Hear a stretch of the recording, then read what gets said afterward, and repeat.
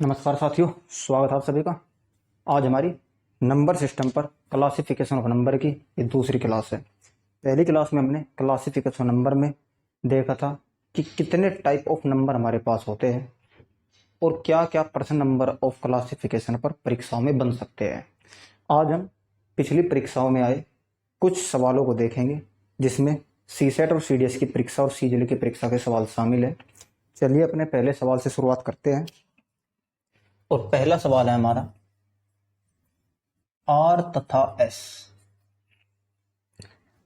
दो संख्याएं हैं। आर तथा एस दो संख्याएं हैं और दोनों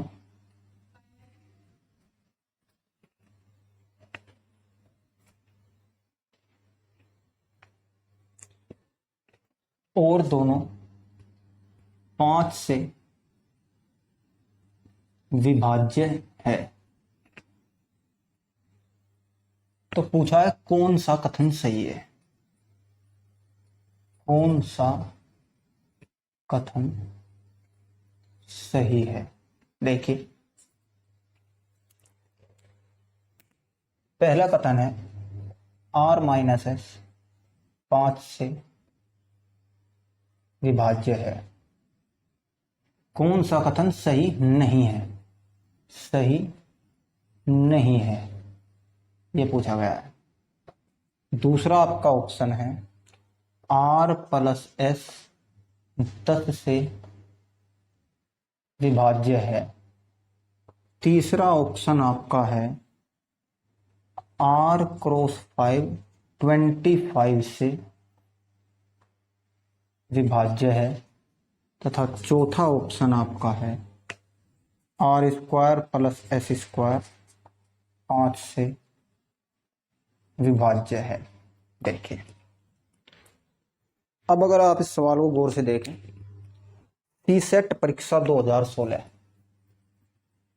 सीसेट 2016 में आया हुआ एक सवाल है।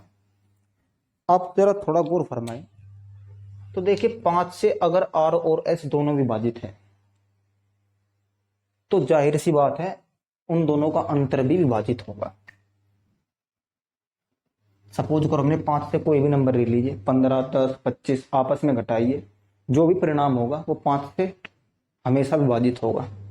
दूसरा आर क्रॉस एस भी 25 से विभाजित होगा। देखिए कैसे, सपोज करो मैंने 10 ले लिया और एक संख्या 5 ले ली, या 5 ले लिया या 15 ले लिया। आप 5 से विभाजित होने वाले कोई भी दो नंबर लोगे तो उनमें हमेशा 25 ऑटोमेटिक होगा, क्योंकि 5 इस नंबर में होगा और कहीं ना कहीं 5 इस नंबर में होगा। तो आप देखिए, जहां पर भी 2 5 आपस में मल्टीप्लाई हो जाते हैं तो 25 बन जाता है। और 5 से विभाजित होने वाली जब भी दो संख्याओं की आपस में गुणा करेंगे तो उनमें 2 5 हो गए, और 2 5 होने का मतलब है कि संख्या 25 से विभाजित होगी। तो ये ऑप्शन भी आपका सही ऑप्शन है। तीसरा आर स्क्वायर प्लस 5 स्क्वायर, भाई जब आर भी 5 से विभाजित है और एस भी 5 से विभाजित है, r square plus s square, तो ऑलरेडी दोनों के वर्गों का योग भी विभाजित होगा। लेकिन जो डाउट में ऑप्शन है वो है ऑप्शन सेकंड। ऑप्शन सेकंड कह रहा है कि भाई r plus 5 r plus s, ये सॉरी एस है, आर प्लस एस 10 से विभाजित है। देखिए, हो भी सकता है नहीं भी हो सकता है, 50-50% है। अगर 10 से विभाजित कब होगा? 10 से विभाजित तब होगा जब 5 से विभाजित होने वाली दोनों संख्याएं 10 से विभाजित हो, या 5 से विभाजित होने वाली दोनों संख्याओं में एकाएक अंक 0 हो, तब ये संख्या 10 से विभाजित होगी। जैसे अगर मैं कहूं 20 प्लस 10, 30 प्लस 20, अगर संख्याएं इस प्रकार की है तो ये विकल्प सही होगा। लेकिन अगर संख्याएं बदल गई, सपोज करो हमने लिख लिया 5 15 प्लस 20, तो देखिए एक संख्या में एकाएक अंक 5 है और एक में नहीं है, तो इस प्रकार की संख्या विभाजित नहीं होगी। अगर दोनों में एकाएक अंक 5 हो जाए या दोनों में एकाएक अंक 0 हो जाए तो संख्या 10 से विभाजित होगी। लेकिन अगर कहीं भी एक अंक 5 होगा, एक अंक आपका 0 होगा, तो ये 10 से विभाजित नहीं होगी। यानी कि सभी प्रकार की परिस्थितियों में, सभी कंडीशन में आर प्लस एस 10 से विभाजित नहीं होगा। बाकी तीन ऑप्शन वेरीफाई करते हैं, इसलिए यही ऑप्शन गलत ऑप्शन है और गलत ऑप्शन ही पूछा गया है और यही आपका आंसर है। उम्मीद करता हूँ सीसेट परीक्षा 2016 में बहुत ही छोटा सा मामूली सवाल आपके समझ में आया होगा। चलिए अगला सवाल देखते हैं। देखिए साथियों, अगला सवाल बहुत ही बेहतरीन सवाल है और ये भी सीसेट परीक्षा 2017 में आया हुआ एक सवाल है। देखिए 13 दो अंकीय क्रमागत विषम संख्या, क्रमागत विषम संख्या 13 दो अंकीय क्रमागत विषम संख्या है, यानी कि 13 लगातार। इसको मैं इस तरीके से लिख देता हूं, 13 दो अंकों की क्रमागत विषम संख्या है। चलिए, यदि प्रथम 5 संख्याओं का योग नहीं, औसत माध्य, संख्याओं का औसत माध्य 39 है, तो सभी 13 का औसत क्या होगा। देखिए ये आपका सीसेट 2017 में आया हुआ सवाल है। देखिए अगर आप सभी को पता हो, इस सवाल में बहुत ही चीजें आपस में जुड़ी हुई है। क्या क्या जुड़ा हुआ है आप ध्यान से देखिएगा। पहली चीज आपको बताया था कि जो विषम संख्याएं होती है, विषम संख्याएं वे 2n प्लस या -1, 2s प्लस 1, 2n प्लस 1 या -1 के रूप में होती है। तो हम कोई भी एक रूप ले सकते हैं, या तो हम 2n प्लस 1 ले लें या 2n माइनस 1 ले लें, कुछ भी हम ले सकते हैं। तो हमने 2n प्लस 1 को लिया। चलिए दूसरा स्टेप,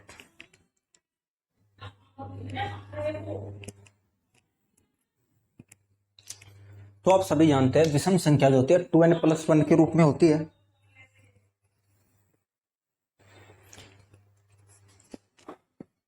तो अगर हम विषम संख्याओं की बात करें, माना जो पहली विषम संख्या है वो 2n प्लस 1 है, और विषम संख्याओं में आप सभी जानते हैं सम संख्या लगातार और विषम संख्या लगातार एक एक का गैप होता है। अगर मान के चलो पहली संख्या विषम 1 है तो अगली 3 होगी, उससे अगली 5 होगी, यानी कि एक का गैप है हर एक के बीच में, कहीं ना कहीं एक संख्या मिस होती है। तो अगर ये +1 है तो वो उससे अगली +1 होगी, यानी कि मैं कह सकता हूं अगर पहली संख्या 2 + 1 है तो उससे अगली 2n प्लस 3 होगी, यानी 2 जोड़ के, उससे अगली 2n प्लस 5 होगी, और इस प्रकार आपकी ये कितनी संख्या है, 13 संख्याएं हैं। तो हम कह सकते हैं सभी जगह 2n तो बराबर होगा, लेकिन ये आपके पास 13 नंबर तक होगा। तो इसमें जो पहला आपका फॉर्मूला काउंट होगा वो आपका लगेगा नंबर ऑफ टर्म को काउंट करने का। नंबर ऑफ टर्म को काउंट करने का फॉर्मूला होता है आपका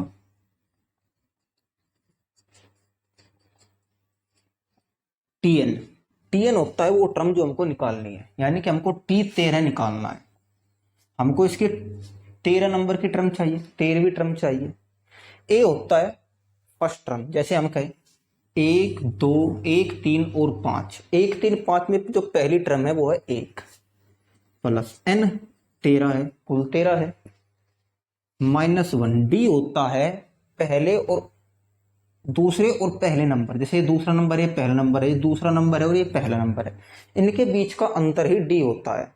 तो डी हमारा यहाँ पर 2 है, तो जो हमारा T13 आएगा निकल के वो 1 + 12 × 2, यानी कि आपका 25 आएगा। यानी कि इस प्रकार हम 2n प्लस 25 तक चले जाएंगे।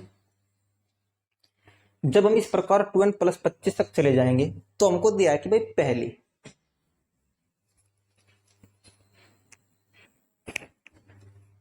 हमको इसमें पहली 5 संख्याओं का जो योग दिया है वो 39 दिया है। सपोज देखिए पहली संख्या आपकी 2n प्लस 1, दूसरी 2n प्लस 3, तीसरी 2n प्लस 5, चौथी 2n प्लस 7 और पांचवी 2n प्लस 9। इस प्रकार आपकी ये 5 संख्याएं हैं, और इनका जो औसत एवरेज दिया है वो दिया है आपका 39। अगर इन सभी को जोड़े तो 3 और 1 4, 5 और 4 9, 9 7 16, 9 9 18 7 26 25, ये आपका 25 आ जाएगा और ये आपका 2 पंजे 10 एन आ जाएगा। तो हम कह सकते हैं 10n + 25/5 is equal to 39। 10n plus के सभी का औसत, सभी को जोड़ा और 5 से भाग दिया। औसत, जितनी संख्याओं का औसत निकालना होता है सभी को जोड़िए और जितने नंबर होते हैं उससे भाग कीजिए। देखिए 5 ही संख्याएं थी, 5 को ही जोड़ा और आपका 5 से भाग दिया तो औसत आपका 39 दिया गया है। चलिए अब 10n इज इक्वल टू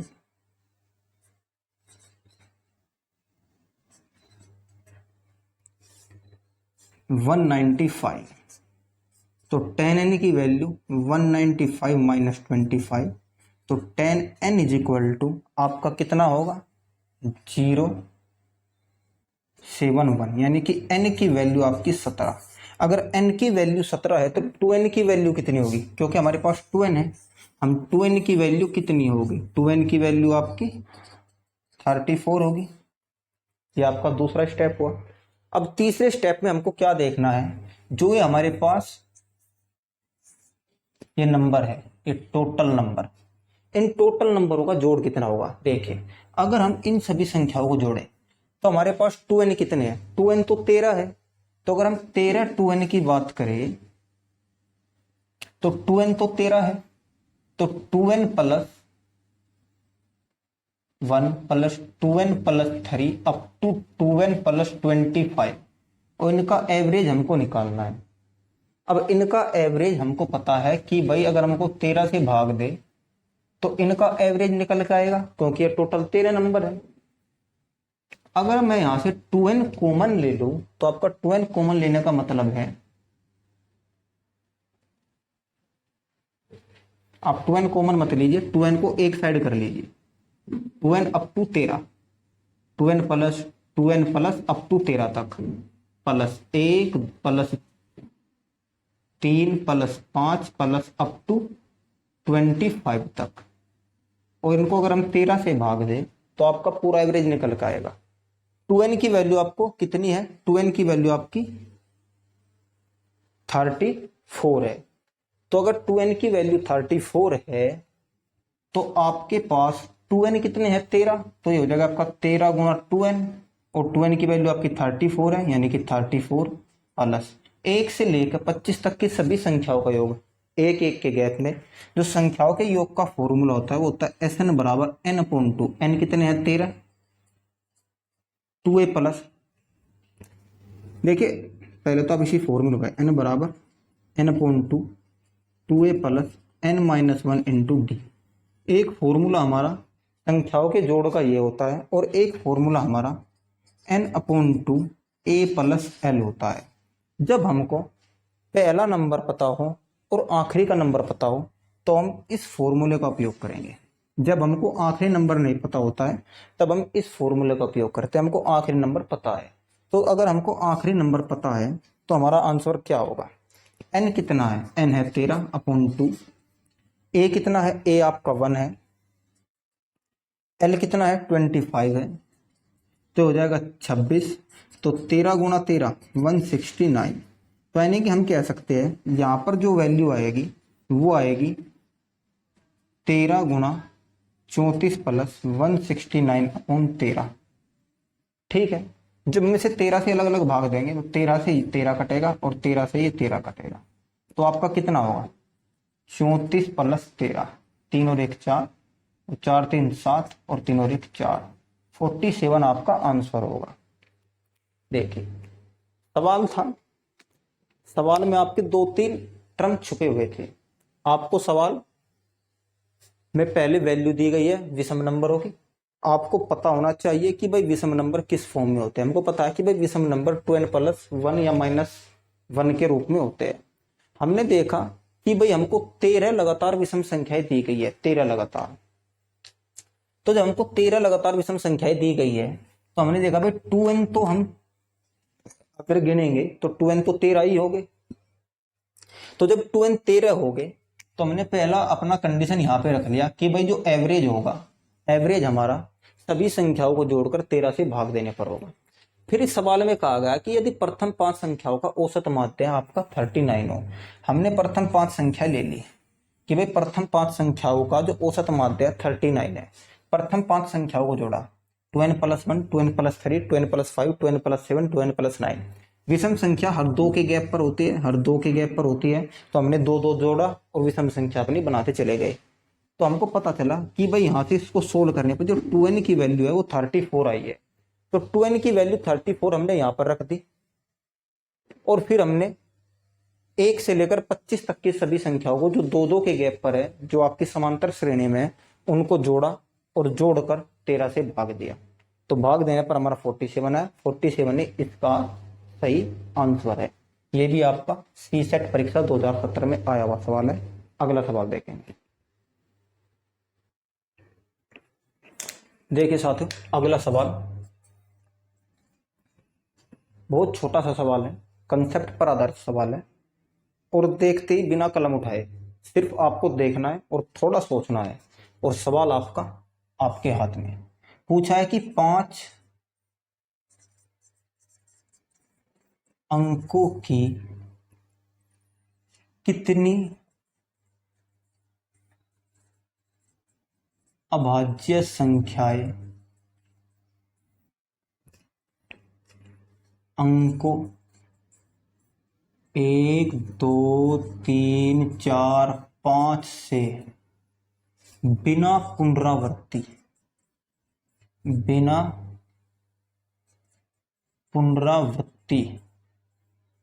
के बनाई जा सकती है। आपके ऑप्शन है, पहला ऑप्शन है आपका 1, दूसरा ऑप्शन है 9, तीसरा ऑप्शन है आपका 10 और चौथा ऑप्शन आपका 0, यानी एक भी नहीं, एक भी नहीं। अब आप जरा गौर फरमाए, मैं इस नंबर को लिखता हूं 1, 2, 3, 4 और 5। तो आप नंबर को जरा गौर से देखेंगे। इसने कहा कि नंबरों की पुनरावृत्ति नहीं होनी चाहिए, यही नंबर होनी चाहिए, 5 अंकों की अभाज्य संख्या बनानी है। अब आप एक चीज देखें, अगर मैं अंकों का योग करूं तो अंकों का योग पता करने पर पता चलता है कि भाई 5 और 4 9, 3 2 5 और 1 6। इन अंकों से कोई भी संख्या आप बनाओगे वो 3 से जरूर विभाजित होगी। और अभाज्य संख्या क्या कहती है? अभाज्य संख्या कहती है कि अभाज्य संख्या कहती है कि भाई अभाज्य संख्या तो एक और सिवाय उस संख्या के जो अभाज्य किसी से डिवाइड नहीं होती, लेकिन इनसे बनने वाली संख्या 3 से डिवाइड है। अगर संख्या 3 से डिवाइड है तो जाहिर सी बात है वो अभाज्य संख्या नहीं होगी, तो इसलिए इसका आंसर 0 होगा। ये आपका सीसेट परीक्षा 2020 में आया सवाल है, सीसेट परीक्षा 2020 में। अब आप देखिए सीसेट में भी किस प्रकार के सवाल आपसे पूछे जा सकते हैं। सिर्फ बेस सवाल है, सीधा आपको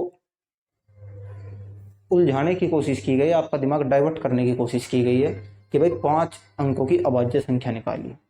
अब आप बताइए 5 अंकों की अभाज्य संख्या निकालना तो बहुत टेढ़ी खीर होता है, ऐसे थोड़ी निकलती है। लेकिन आपको पता चला, आपने नंबर को गौर से देखा और पता चला गौर से कि भाई कहीं ना कहीं संख्या 3 से विभाजित। इन अंकों से कोई भी संख्या बना लो, कैसी भी संख्या बना लो, इन 5 अंकों का प्रयोग करके अगर पुनरावृत्ति ना हो तो वो 3 से जरूर विभाजित होगी, और अगर 3 से विभाजित हो गई है तो वो अभाज्य संख्या नहीं है। यही इसके पीछे कंसेप्ट था। सीसेट परीक्षा के हमने 3 सवाल देखे और तीनों ही बहुत बेहतरीन सवाल थे, कंसेप्ट पर आधारित सवाल थे। पिछला सवाल थोड़ा लेंदी था, उसमें आपका सीरीज का प्रयोग किया गया था, समांतर श्रेणी का थोड़ा प्रयोग किया गया था। समांतर श्रेणी नंबर सिस्टम को खत्म करने के बाद में समांतर श्रेणी को डिटेल में पढ़ेंगे। और समांतर श्रेणी आपकी ज्यादातर सीडीएस परीक्षा और सीसेट परीक्षा में पूछी जाती है, और सीसेट परीक्षा में आपकी समांतर श्रेणी और परमुटेशन कॉम्बिनेशन क्रमचय संचय बहुत पूछा जाता है। तो क्रमचय संचय की हम डिटेल क्लास लेंगे। चलिए अगला सवाल देखते हैं।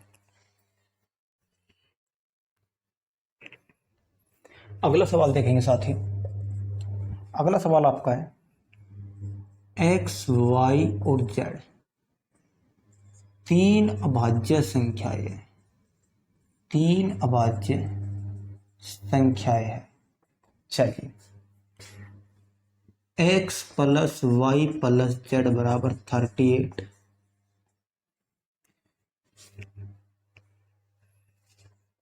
तो कौन सी अभाज्य संख्या सबसे बड़ी है? यानी कि सबसे बड़ी अभाज्य संख्या इसमें हमें ज्ञात करनी है। तीन अभाज्य संख्या दी गई है, x plus y plus z आपको 38 दिया गया है और पूछा है सबसे बड़ी अभाज्य संख्या ज्ञात करो। चलिए देखते हैं। अब आप ये बताइए, कल मैंने आपको बताया था अगर लगातार तीन अभाज्य संख्याओं का योग सम संख्या है, अगर लगातार हो या चाहे कैसी भी हो, अगर अभाज्य संख्याओं का योग सम संख्या है, देखिए अभाज्य संख्या एक विषम संख्या होती है, ये तो आपको पता ही है, विषम संख्या होती है। इस बात को अगर आप ध्यान में रखोगे तो आपको पता चलेगा, जब हम विषम संख्याओं को लगातार जोड़ते हैं तो दो विषम संख्याओं को जोड़ने पर सम संख्या, और तीन को जोड़ेंगे तो आपको दोबारा विषम प्राप्त होगी। यानी कि अगर हम सम में अगर अभाज्य संख्याएं दो के मल्टीपल में है, यानी कि हमारे पास अभाज्य संख्याओं की जो संख्या है, जो नंबर ऑफ प्राइम नंबर है, अगर वे दो के मल्टीपल में है तो उनका योग हमेशा सम संख्या होगा, और अगर वे दो के मल्टीपल में नहीं है तो हमेशा विषम संख्या। जैसे अगर मैं x plus y plus z तीन अभाज्य संख्याएं ले लूं और ये तीनों की तीनों विषम हो तो इनका योग विषम होगा। अगर मैं इसमें चौथी अभाज्य संख्या z जोड़ दूं तो ये चार हो गई, और चार विषम संख्याओं का योग आपका सम होगा।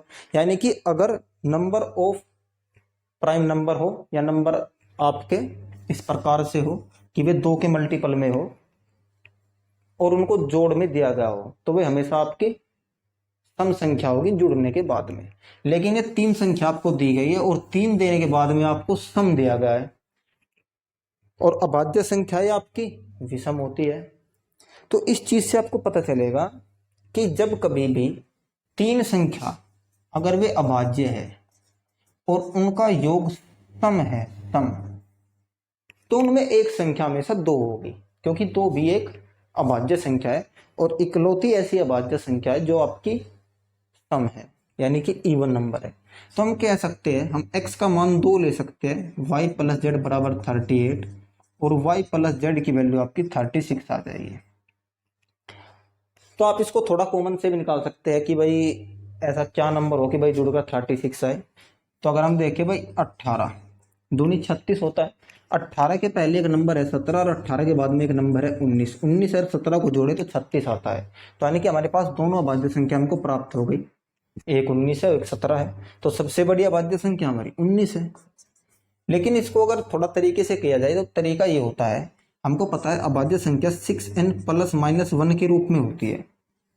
हमने कहा भाई चलिए हमने दोनों संख्याएं 6n प्लस 1 मान ली कि भाई दोनों संख्याएं 6n प्लस 1 है, और हमने जोड़ा, दोनों को जोड़ा बराबर 36, 6n प्लस 2 बराबर 36 और 6n बराबर 34 और 12n, सॉरी 12n हो जाएगा। लेकिन 12 से 34 कटता नहीं, अगर 12 से 34 नहीं कटता तो इसका मतलब इस संख्या इस रूप में नहीं है। एक संख्या है आपकी, एक संख्या जरूर न जरूर आपकी -1 के रूप में होगी, क्योंकि विषम संख्या वो आपकी अभाज्य संख्याएं 6n प्लस 1 और 6n -1 दो में होती है। हमने 6n प्लस 1 के रूप में चेक किया तो नहीं मिली। अगर हम 6n -1 के रूप में चेक करेंगे दोनों, तो 36 प्लस 2 आपका 38 होगा, जो 12 से डिवाइड नहीं होगा। तो हम दोबारा से हमने क्या किया, 6n प्लस 1 लिया और 6n -1 लिया। अब जरा इन दोनों को जोड़े तो 1 से 1 कटेगा आपका 12n, 12n आपका 36 और n बराबर आपका 3। यानी कि इस चीज से प्रूफ होता है कि एक संख्या 6n प्लस 1 के रूप में और एक संख्या 6n -1 के रूप में है। जब n की वैल्यू 3 आ गई तो हमने यहाँ पे n की वैल्यू 3 रखी, तो 36 18 और एक 19, और 36 18 में से एक गया आपका 17, तो आपकी दोनों संख्या हमको प्राप्त हो गई 19 और 17। तो बड़ी संख्या आपकी 19 है, छोटी संख्या आपकी 17 है। उम्मीद करता हूँ ये आपके समझ में आया होगा। अगला सवाल देखते हैं। देखिए अगला सवाल दिया साथियों कि भाई जेड जो है, जेड प्रथम 31 संख्याओं का गुणनफल है, गुणनफल है तथा x बराबर z+1 है। x+1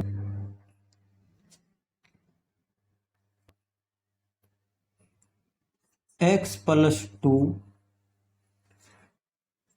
x+29 x+30, ये आपका बीच में अप टू दिया गया है, अप टू, यानी कि x+29 से x+30, ये आपको इस प्रकार में नंबर दिए गए, 30 नंबर आपको दिए गए कि भाई x+1 x+2 और इस प्रकार x+30 तक दिए गए हैं। इनमें कितनी संख्याएं अभाज्य हैं, इनमें कितनी संख्याएं अभाज्य संख्या है। सीडीएस की परीक्षा में सवाल है, सीडीएस, ये सवाल आपका सीडीएस में पूछा गया सवाल है। अब आप जरा ध्यान दीजिएगा, अगर z प्रथम 31 संख्याओं का गुणनफल है, यानी कि ये कह रहा है कि भाई 1 गुणा 2 गुणा 3 गुणा 4 गुणा 5 अप टू 31 तक, ये है z, ठीक है। तो जब ये z है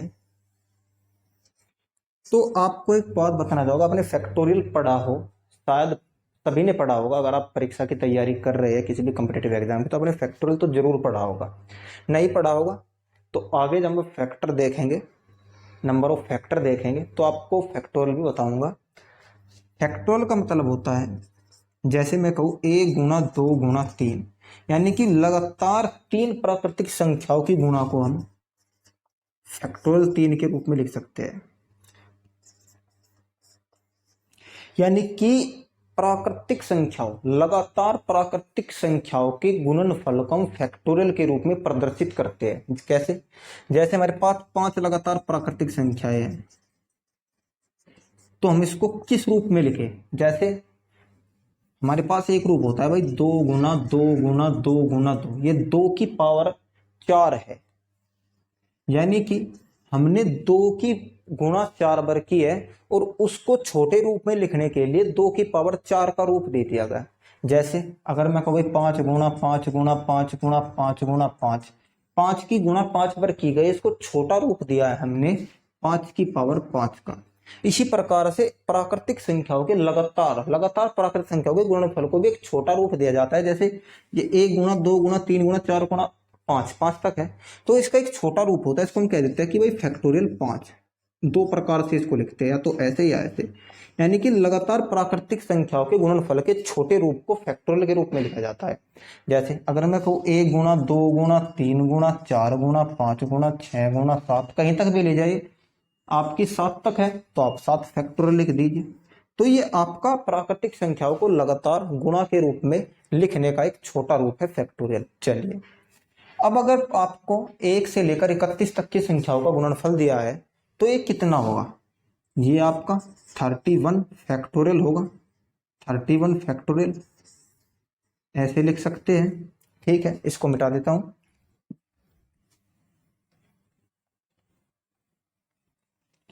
तो जब आपका ये 31 फैक्टोरियल होगा और आपको सवाल दिया गया है कि भाई जो x है वो बराबर z+1 के है, यहां पर आपको x+1 दिया है, x+2 दिया है, x+3 दिया, अप टू x+1 दिया है। x के स्थान पर z+1 रखिए, तो z+1 + 1, z+1 + 2, z+1 + 3, z+1 + 31। अब आप देखिए ये कितना होगा? z+2, z+3, z+4, इसी प्रकार z+5, और इस प्रकार z+32 तक होगा, नहीं होगा? होगा। यानी कि इस संख्या को इस रूप में भी लिख सकते हैं। चलिए, z आपका क्या है? z आपका फैक्टोरियल 31 है, यानी कि फैक्टोरियल 31 + 2, फैक्टोरियल 31 + 3, और ये आपका 32 तक गया है। अब आप जरा ध्यान दीजिए, अगर मैं ये कहूँ कि भाई 1 गुणा 2 गुणा 3 गुणा 4 गुणा 5, तो ये किस किस संख्याओं से विभाजित है? ये 5 से विभाजित है, 4 से भी है, 3 से भी है, 2 से भी है और 1 से तो होगा ही होगा। अगर मैं 1 गुणा 2 गुणा 3 गुणा 4 गुणा 5 गुणा 6 गुणा 7 गुणा 8 कहूँ, तो ये 8 से भी होगा, 7 से भी होगा, 6 से भी, 5 से भी, 4 से भी, 3 से भी, 2 से भी, 1 से भी। यानी कि जितना फैक्टोरियल होता है, उस फैक्टोरियल के पीछे जितने भी नंबर होते हैं, वो फैक्टोरियल पूरा का पूरा उसी से डिवाइड होता है। अगर मैं कहूँ फैक्टोरियल 31, ये फैक्टोरियल 31 आपका 2 से भी डिवाइड होगा, क्योंकि कहीं ना कहीं इसमें 2 भी होगा। तो जब ये 2 से डिवाइड होगा और 2 से 2 डिवाइड होता ही है, तो ये प्राइम नंबर नहीं है। इसी प्रकार अगर फैक्टोरियल 3 से भाग देकर देखें तो ये फैक्टोरियल 3 से भी कटेगा। इसी प्रकार लास्ट तक सभी नंबर आपके कटते चले जाएंगे। जैसे अगर मैं इसको कहूँ फैक्टोरियल 31 प्लस 4, तो फैक्टोरियल 31 आपका 4 से भी कटेगा और ये आपका 4 से भी कटेगा, ये आपका 5 से भी कटेगा। इस प्रकार आपका अंत तक जाएगा और आपका बचेगा फैक्टोरियल 31 प्लस 32। अब आप ये बताइए फैक्टोरियल 31 है, फैक्टोरियल 31 है, तो 31 फैक्टोरियल तो किसी ना किसी चीज से कटेगा, जरूर कटेगा। और जब किसी ना किसी चीज से कटेगा तो ये 32 है, ये तो सम संख्या है, सम संख्या तो आपकी अभाज्य संख्या होती ही नहीं है, तो ये भी किसी ना किसी से कटेगी। तो कहने वाली बात है, अगर मैं कहूँ इसको मैं 16 से काटूं, तो 16 से फैक्टोरियल 31 कटेगा, क्योंकि फैक्टोरियल 31 में कहीं ना कहीं 16 है, और 16 से आपका 32 भी कटेगा। तो यानी कि इन नंबरों में कोई भी नंबर ऐसा आपको नहीं मिलेगा जो किसी दूसरे नंबर से ना कटता हो, वो किसी ना किसी से जरूर कटेगा। ठीक है, तो इसलिए ये आपका, इनमें कोई भी संख्या आपकी अभाज्य संख्या नहीं होगी। तो इसमें आपको ऑप्शन मिलेगा कि कोई भी अभाज्य संख्या नहीं है। यही आपका कंसेप्ट था। डिटेल सॉल्यूशन क्या, बस थोड़ा सा समझ नहीं था, सॉल्यूशन तो कुछ खास है नहीं भाई, इसमें हमको जोड़ घटा गुणा भाग करना है, सिर्फ थोड़ा ऑब्जर्वेशन करना है। उम्मीद करता हूँ ये आपकी समझ में आएगा। अगला सवाल देखते हैं। देखिए अगला सवाल आपको बहुत बेहतरीन सवाल दिया गया है। कंसेप्ट पता हो तो सवाल होगा, नहीं पता तो नहीं होगा।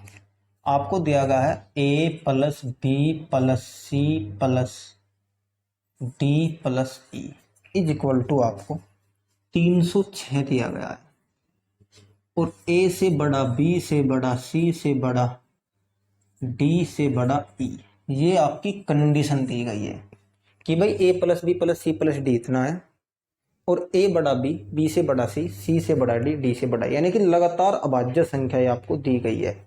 और ये सभी क्या है,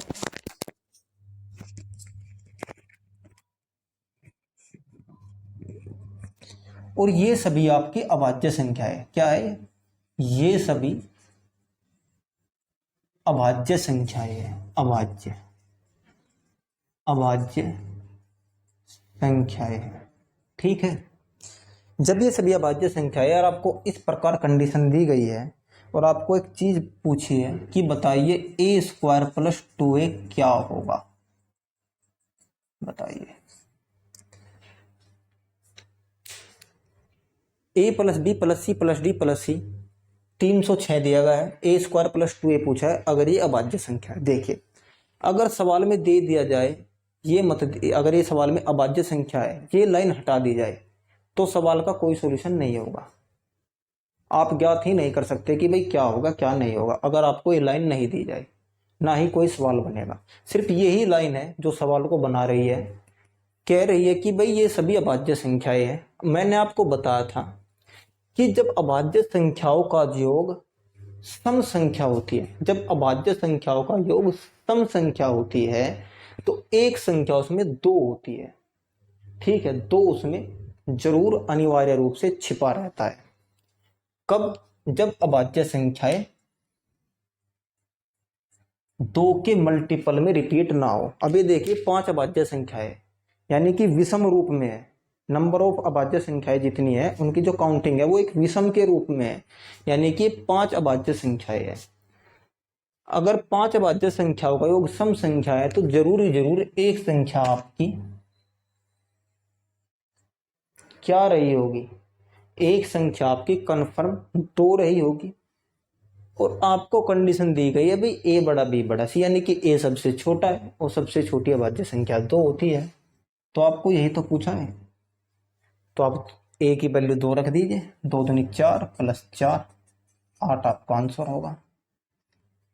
तो जिसको ये कंसेप्ट पता है वो सवाल देखते ही करेगा, जिसको नहीं पता है तो देखते रहिए, करते रहिए। चलिए अगला सवाल देखते हैं और करते हैं। देखिए अगला सवाल एक कंसेप्ट पर आधारित है, और कंसेप्ट क्या है जरा ध्यान से देखिएगा। सवाल आपको दिया है कि निम्नलिखित कौन सी परिमेय संख्या निम्न में से कौन सी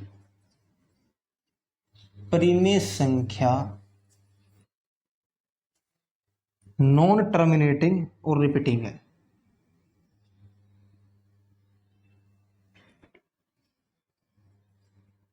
repeating and non terminating.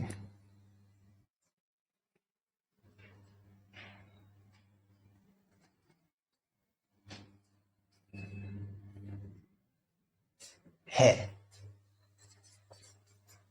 Repeating और नॉन टर्मिनेटिंग। देखिए रिपीटिंग को कहते हैं आपकी पुनरावृत्ति,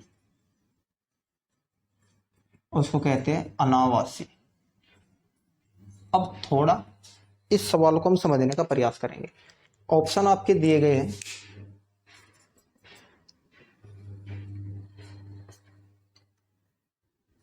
पंद्रह बटे 1600, 23 बटे 8, 35 बटे आपका 50 और 17 बटे 6। देखिए हमारे पास जब भी हम किसी संख्या को भाग देते हैं, हमारे पास 4 प्रकार के आंसर आने की पॉसिबिलिटी होती है।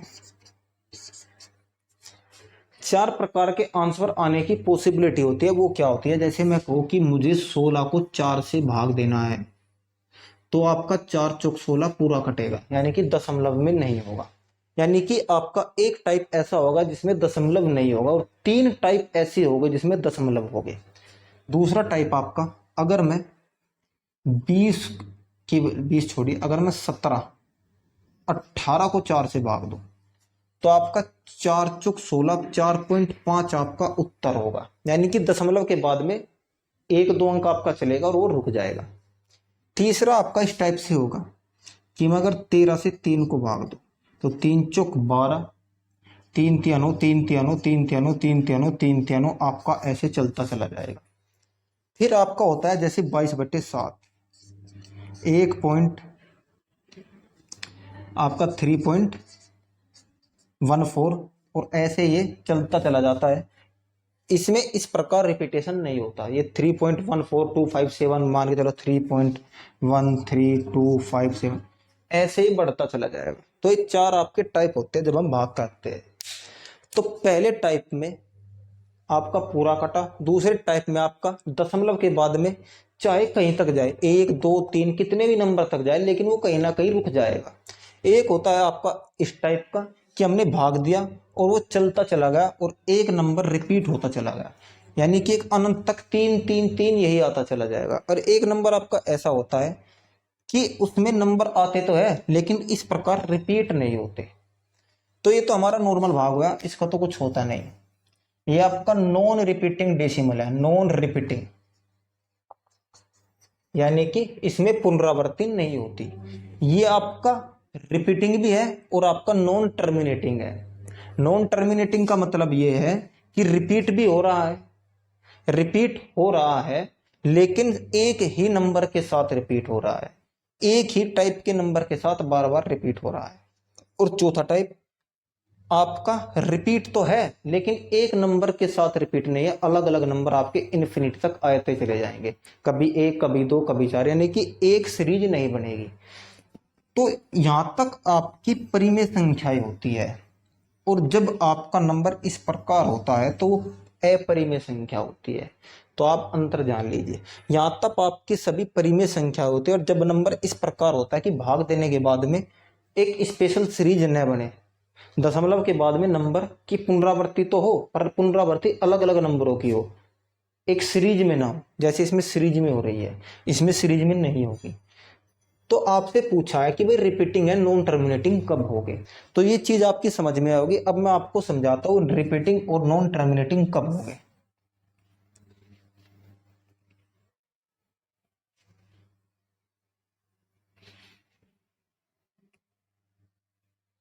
अब आप देखिए, जब हम किसी नंबर x को 2 से या 5 से या 5 गुणा 2 से भाग देते हैं, या तो खाली 2 से या 5 से या 5 गुणा 2 के मल्टीपल से या गुणक से भाग दे, तो संख्या दशमलव के बाद में कहीं ना कहीं पूरी पूरी कटेगी, यानी कि वो रिपीट नहीं होगी, कुछ समय बाद जाके वो रुक जाएगी। ठीक है, लेकिन अगर हम इसी नंबर x को 3 या 7 या उनके मल्टीपल से भाग करें और x 3 और 7 से नहीं कटता हो, यानी कि x एक ऐसा नंबर हो जो 3 और 7 का मल्टीपल ना हो, तो वे आपकी रिपीटिंग और नॉन टर्मिनेटिंग में बदल जाएगी। थोड़ा समझिए, यहां पर x कुछ भी हो सकता है, ये 2 और 5 का मल्टीपल हो भी सकता है और नहीं भी हो सकता है। यहां पर कंडीशन क्या है, अगर ये 3 और 7 का मल्टीपल है तो ये आपकी रिपीटिंग और नॉन टर्मिनेटिंग नहीं होगी, क्योंकि वो x 3 और 7 से पूरा पूरा कटेगा। लेकिन अगर x 3 और 7 से नहीं कटता है तो आपका वो रिपीटिंग और नॉन टर्मिनेटिंग में चला जाएगा। थोड़ा उदाहरण देखिए, अगर मैं 21 को 2 से भाग करूं तो आपका 2 एकम 2 चलेगा, यानी कि आपका 10.5 हो जाएगा, यानी कि दशमलव के बाद जाकर 5 पर रुक गया। आप 21 को 4 से भाग दे लीजिए तो आपका 5.25 हो जाएगा, यानी दशमलव के बाद में 2.5 पर रुक गया। आप 10 से भाग दे लीजिए 2.1 को 10 से, 21 को 10 से, तो आपका 2.1 हो जाएगा। यानी कि जब तक आपके पास 2 का मल्टीपल और 5 का मल्टीपल रहेगा तब तक संख्याएं पूरी पूरी कटेगी, चाहे दशमलव के बाद 2 अंक के बाद कटो या 3 के या 4 के या 5 के।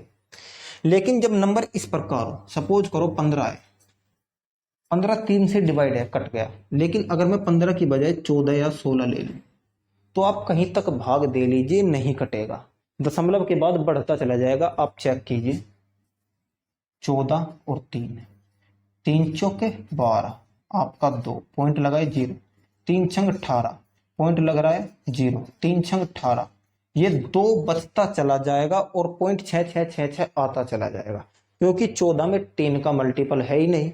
आप इस चीज को 7 से चेक कर लीजिए, 14 7 से तो कटता है, लेकिन अगर मैं 15 ले लूं और या 13 ले लूं तो आप देखिए, अगर मैं 15 को 7 से भाग दूं तो 7 दूनी 14, 1 बचा, 0.0, 7 एकम 7, 3 बचा, 7 21 0, 7 चौक 28, आपका 2 बचा, पॉइंट लगातार ली 0, आपका 7 दूनी 14, आपका 6 बचा, पॉइंट लगे उतार ली 0, 7 8 56, आपका कितना बचा 4, पॉइंट उतार ली 0, तो 7 21, 7 चौक 28, 7 पंजे 35, कितना हो गया आपका 5 बचा। तो इस प्रकार ही चलता चला जाएगा। और ये किसका उदाहरण है, 7 से हमने 15 को भाग दे, देखिए आपका 2.1425, और आप भाग देते चले जाइए, इसी प्रकार बढ़ता चले जाएगा। लेकिन कहीं भी ऐसा नंबर आपको नहीं मिलेगा कि 7 से पूरा पूरा डिवाइड हो। और ये आपका किस प्रकार का एग्जाम्पल है, देखिए ये आपका रिपीटिंग का और नॉन टर्मिनेटिंग का ही अभियान है। रिपीट तो हो रहा है लेकिन आपका सेम नंबर पर रिपीट नहीं हो रहा है, तो ये आपका परिमेय संख्या क्या है, आप इसको अपरिमेय संख्या भी कह सकते हैं। जब आपको देखिए ये अपरिमेय नहीं है, क्योंकि आपका 1 1 6 6 6 6 आपको मिलता चला जा रहा है, आपको एक नंबर रिपीटेशन मिला है, लेकिन यहाँ पर एक नंबर रिपीट में नहीं आ रहा, अलग अलग नंबर आ रहे हैं, तो इसलिए ये अपरिमेय संख्या कह सकते हैं। लेकिन मेरा मेन मुद्दा ये था आपको समझाने का कि जब भी x के नीचे कोई संख्या x, चाहे 2 का मल्टीपल हो या ना हो, चाहे 5 का मल्टीपल हो या ना हो, वो 2 और 5 से कहीं ना कहीं जरूर कटेगी, या उनके मल्टीपल से कहीं ना कहीं जरूर कटेगी दशमलव के बाद में।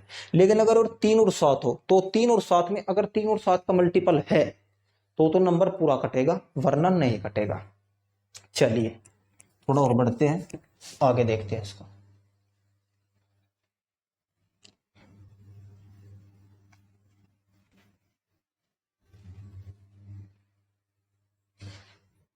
अब आपको ऑप्शन दिया गया है 15/1600। हमको चेक करना है इसमें क्या क्या है। इसमें आपका 4 का मल्टीपल है और 5 का, 3 और 7 का तो नहीं है। अगर ये 3 और 7 का मल्टीपल नहीं है इसके नीचे, तो ये संख्या रिपीटिंग और नॉन टर्मिनेटिंग नहीं होगी, कहीं ना कहीं दशमलव के बाद में कट जाएगी और इसका भाग रुक जाएगा। फिर आपका 23/8 है, 23/8 में आपका 2 का मल्टीपल 8 है, तो ये भी कहीं ना कहीं आपका भाग होते होते रुक जाएगा। यहाँ पर आपका 35/50 है, तो इससे भाग देगा तो आपका 0.7 आएगा। तो यानी कि क्योंकि 2 और 5 का मल्टीपल है इसमें, 3 और 7 का तो है नहीं। लेकिन अगर हम इसकी बात करें 17 और 6 की, आप कहोगे इसमें 2 का मल्टीपल तो है, बात 2 के मल्टीपल की नहीं है, बात है 3 के मल्टीपल की। अगर 2 के साथ 3 का मल्टीपल है और नंबर ऊपर वाला 3 से नहीं कटता है, तो ये नॉन रिपीटिंग ही होगा। आपका 2 और 5 का मल्टीपल ही होना जरूरी है। अगर 2 के साथ में 3 और 7 का मल्टीपल भी आ जाए और ऊपर वाली संख्या 3 और 7 से नहीं कटती हो, तो वो आपका रिपीटिंग नॉन टर्मिनेटिंग में चला जाएगा। आप इसको 6 से भाग करके देख लीजिए, रिपीटिंग नॉन टर्मिनेटिंग ही रहेगा। तो ये आपका कंसेप्ट था और ये आपका इसका उत्तर था। अगर मैं यहाँ पे कहूँ 15/6 कर लीजिए, अब ये रिपीटिंग नॉन टर्मिनेटिंग नहीं होगा। क्यों?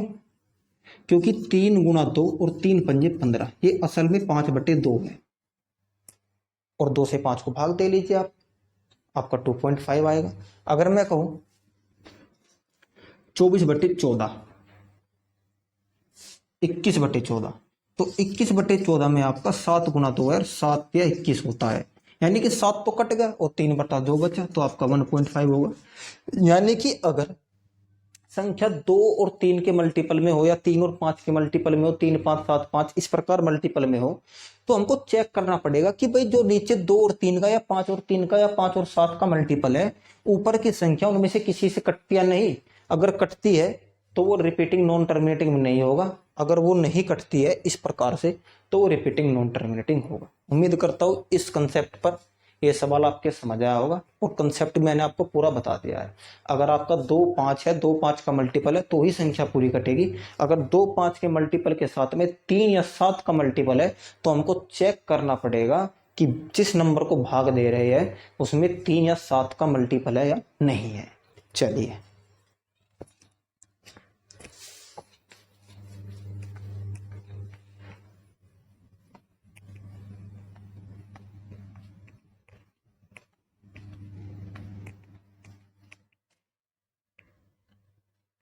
देखिए, अगला सवाल आपको दिया है कि m 0 से 50 के बीच अभाज्य संख्या है।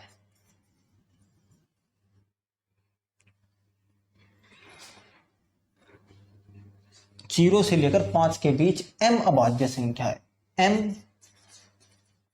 अभाज्य संख्याएं है, और 50 से 100 के बीच n अभाज्य संख्याएं है। तो m-n क्या होगा? आपको पहली क्लास में बताया था कि आप अभाज्य संख्याएं देखेंगे, अभाज्य संख्याएं किसके बीच में कितनी पड़ती है। देखिए तो बहुत ही साधारण सवाल है। अगर बात करें 0 से 100 तक कुल 25 अभाज्य संख्याएं है, 0 से 100 तक, और 0 से 50 तक आपकी 15 है, और 50 से 100 तक आपकी 10 है। तो ये तो आपकी m की वैल्यू है, ये आपकी n की वैल्यू है, m-n आपकी 15 - 10 आपका 5 हो जाएगा। लेकिन इस पर और भी तो सवाल बन सकते हैं, आपसे पूछ सकता है बताइए 0 से 40 के बीच इतनी संख्या m अभाज्य संख्या है, और आपकी 60 से 100 के बीच n अभाज्य संख्या है, बताइए माइनस n क्या है। तो मैंने आपसे कहा था कि आप अलग अलग नंबरों के बीच में अभाज्य संख्या देखिए कि किस नंबर के बीच में, कितने नंबरों के बीच में क्या अभाज्य संख्या है। आप ये 200 तक चेक कर सकते हैं। और ये आपका सीडीएस परीक्षा में आया हुआ सवाल है, सीडीएस 2020, सीडीएस 2020 में आया सवाल है। इसमें कोई फॉर्मूला नहीं है, कोई कंसेप्ट नहीं है, सिर्फ एक छोटी सी चीज याद रखनी है कि भाई अभाज्य संख्याएं किस संख्याओं के बीच में कितनी है। तो आप ज्यादा से ज्यादा इनको देखने की कोशिश कीजिए। देखिए इस प्रकार के सवाल भी आपके सीधे बेसिक से पूछे जाते हैं। तो उम्मीद करता हूं ये सवाल आपकी समझ आया होगा। एक दो सवाल और अगले देखते हैं। देखिए सीडीएस परीक्षा में, पिछली सीडीएस की परीक्षाओं में 2-3 सवाल और देखेंगे जो सीधे कंसेप्ट पर आधारित है। अगर परिमेय संख्याओं की बात करें, परिमेय संख्याएं आपकी कोई भी परिमेय संख्या हो सकती है, क्योंकि एवरी रियल नंबर परिमेय संख्या है। आपसे अगर मैं बताइए 1 से लेकर 10 के बीच में कितनी संख्याएं है। अगर मैं पूर्णांक की बात करूं तो पूर्णांक तो संख्या आपकी है।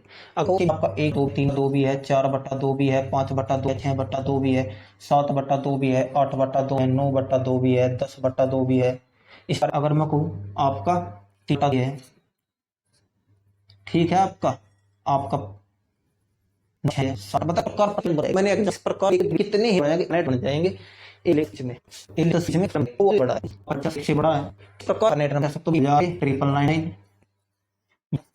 1/5/9, ये क्या है, ये सब नंबर से बड़े 10 होते हैं। इसके बीच में आप इस प्रकार नेट लिख सकते हो। लेकिन संख्या कोई काउंटिंग नहीं है। अगर मैं कहूँ से बीच के एक से बीच में फाइनाइट संख्या होगी, काउंट नहीं करते, तो सीधा सबसे आगे है सीधे परीक्षा में इसी कंसर्न के बीच कितनी परिमेय संख्याएं हैं। जब ये दो के में तो 1 से 1000 के भी तो इनफाइनाइट हो, तो इसका उत्तर अपरिमित या इनफाइनाइट।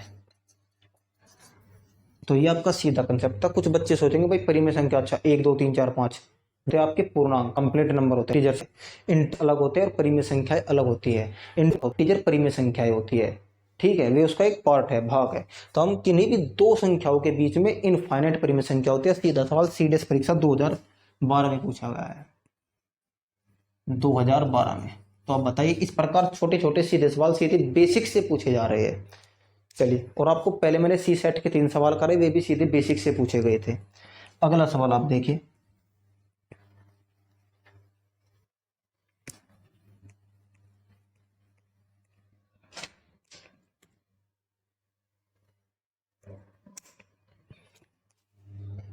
अंडर रूट एन क्या है। आपसे पूछा अंडर रूट एन क्या है, और आपको नंबर दे दिया कि ऑलवेज पॉजिटिव नंबर, यानी कि हमेशा धनात्मक संख्या।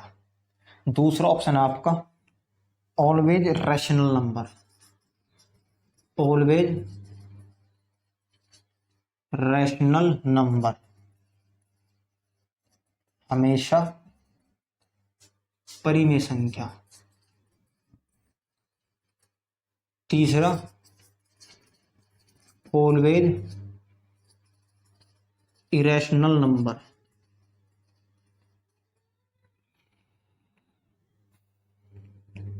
हमेशा अपरिमेय संख्या। और ऑलवेज आइदर ए पॉजिटिव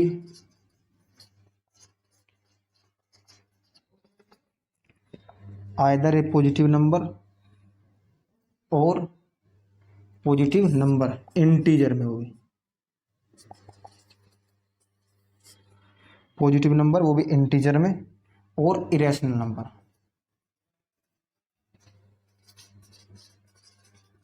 यानी कि या तो धनात्मक पूर्णांक या अपरिमेय संख्या। देखिए सवाल आपका है सीडीएस परीक्षा 2011, सीडीएस 2011। आप देखें कि अंडर रूट एन क्या हो सकता है। एक पॉजिटिव नंबर होगा, हमेशा हमेशा एक धनात्मक संख्या होगी, अंडर रूट एन पहला ऑप्शन। दूसरा, हमेशा एक परिमेय संख्या होगी यानी कि रैशनल नंबर। हमेशा एक इरेशनल नंबर यानी कि अपरिमेय संख्या होगी। और चौथा ऑप्शन, या तो पॉजिटिव इंटीजर होगा यानी धनात्मक पूर्णांक होगा, या एक अपरिमेय संख्या होगी। इसका आंसर आपका ये सही है। देखिए कैसे, अगर मैं अंडर रूट एन की बात करूं और एन बराबर आपका कोई भी नेचुरल नंबर है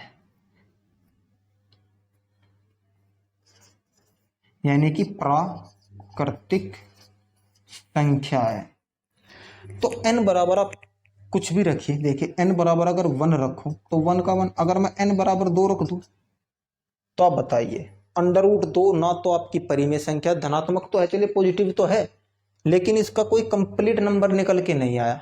जब ये कंप्लीट नंबर निकल के नहीं आया तो आप इसको परिमेय संख्या कैसे कह सकते हो, क्योंकि अंडर रूट 2 का आपके पास कोई निश्चित वैल्यू तो है नहीं, कोई आपके पास इसकी कोई डेफिनेट वैल्यू नहीं है। अपरिमेय संख्या हमेशा अपरिमेय भी नहीं होगी, क्योंकि देखिए हमने 1 का रूट निकाला, 1 का रूट 1 आ गया, एक अपरिमेय संख्या नहीं है। अगर मैं अंडर रूट 3 की बात करूं तो इसकी वैल्यू भी आपकी इरेशनल नंबर होगी। अंडर रूट 4 की बात करूं तो ये आपका 2 होगा। तो इस चीज से पता लग रहा है कि नंबर इरेशनल भी आ रहा है और नंबर आपका पॉजिटिव इंटीजर भी आ रहा है। यानी कि अगर कोई संख्या अंडर रूट में होगी तो उसके 2 ही हल संभव है, या तो वो एक पॉजिटिव इंटीजर हो या फिर वो एक इरेशनल नंबर हो। ठीक है, या तो वो एक पॉजिटिव इंटीजर हो या वो एक इरेशनल नंबर हो। तो आपका चौथा ऑप्शन सही है जो इस चीज को वेरीफाई करता है। तो उम्मीद करता हूं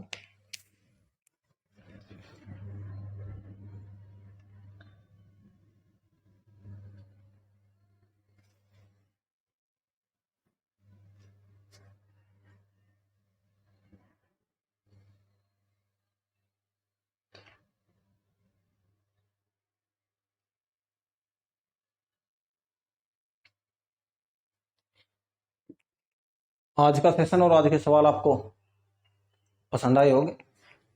इसी प्रकार के हम अगला सेशन लेके आएंगे। अगला सेशन की हम शुरुआत करेंगे वो आपके वो डिवीजन मेथड यानी कि आपके डिविजिबिलिटी रूल से संबंधित।